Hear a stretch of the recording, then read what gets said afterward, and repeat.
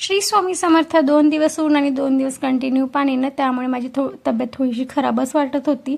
आणि तब्येत काही झालं तरी पण मला आज हे कपडे ना छान असे प्रेस करायचे होते, कारण की हे काम ना मी 2 दिवसावर ढकलत होती. आज करेल उद्या करेल. तर मग आज मी इकडे कपडे प्रेस करायला घेतले. आणि हे समोसे ना मी आदल्या दिवशी बनवले होते आणि त्याचं थोडंसं बॅटर बाकी होतं. तर इकडे आम्ही सगळ्यांसाठी समोसे वगैरे बनवले आणि ना मग लगेच मी प्रेस वगैरे सगळं केलं. आणि यांनी मला जाताना सांगितलं होतं की आज ना छान अशा पुरणाच्या पोळ्या बनव. तर इकडे मी ना वरण भाताचं आणि पुरणाचं कुकर लावून दिलं होतं. आणि हा कुकर ना मला आईने घेऊन दिलेला होता ना, तोच मी वापरायला काढला होता आज पहिल्यांदा. तर इकडे माझी सगळी तयारी वगैरे झाली होती. इकडे दाल तडका, राईस वगैरे सगळंच झालं.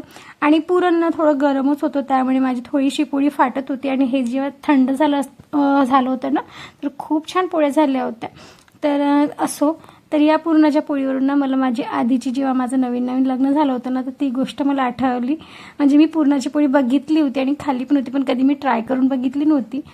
तर ना मला इथे करायला लावली होती माझ्या घरी. सासरी पहिली वेळ मी पुरणाची पोळी करायला घेतली आणि ना ती अचानक मधामधून फाटत होती. त्यामुळे ना मग मी छोटे छोटे कणकीचे गोळे घेऊन अशी पाती लाटून ती त्याच्यावर चिपकवायची आणि ते नाही का ठिगऱ्या लावल्यासारखे वाटत होते. आणि ते पण मला खूप हसायला येत होतं, पण सांगायला कुणीच नव्हतं. कर म्हणायला होतं, पण सांगायला कुणीच नव्हतं. आणि ना खरंच अशा वेळेस ना कोणीतरी आपल्याला सांगायला हवं, कारण की माणूस ना पोटातून शिकून येत नाही, त्यात कोणीतरी सांगायलाच हवं.